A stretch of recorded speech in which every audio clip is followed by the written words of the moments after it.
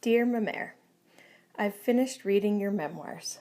I must admit, I don't recognize myself very much in you, even though all the stories on my mum's side of the family have their origins in your story. You were successful pioneering settlers. Your story is replicated time and again in the founding myths of Canada.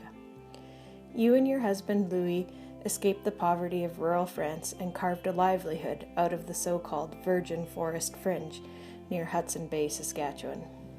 The village of Villardville was even named after you because of the important part you played in your community, running the only store, the post office, and building a parish out of nothing. You and your husband Louis seem to have been driven primarily by patriotism and deep religiosity. Pepere's sense of patriotic duty drove him to return to France twice after he had already immigrated to Canada.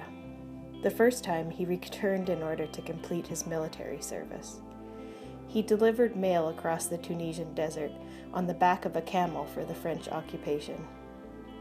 The second time, only months after he brought you to Canada, he went back to fight in World War I, where he was gassed on the front line. My mum tells me that after your beloved Louis returned from Tunisia and married you, he asked you whether you'd rather start your new life in Tunisia or Canada. You chose Canada, reasoning that someday those people in Tunisia will want their country back, and that your grandchildren would have to pay. If I could speak with you now, I would want to know whether you asked the same question about the Indigenous people of Canada.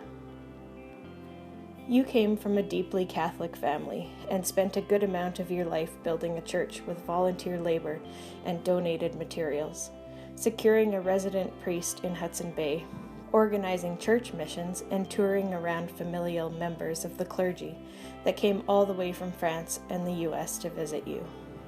You played such a prominent role in the church that your funeral in May of 1964 was the last service to be held there. You were also driven by the love of your family. You gave birth to 7 children, though only 4 lived past early childhood. My grandfather was the youngest. From these 4 children, you welcomed 14 grandchildren. My mum remembers you as a warm and cuddly grandma. You built a playhouse for her and her cousins using old signs as siding and scraps of fabric for tablecloths. You would be happy to know that the Villard family continues to thrive. Many of your great-grandchildren have learned French, and some of the family still resides on the lands you first farmed. We are not a very religious nor a patriotic lot, but family is still of central importance for us. This is probably what we inherited most strongly from you.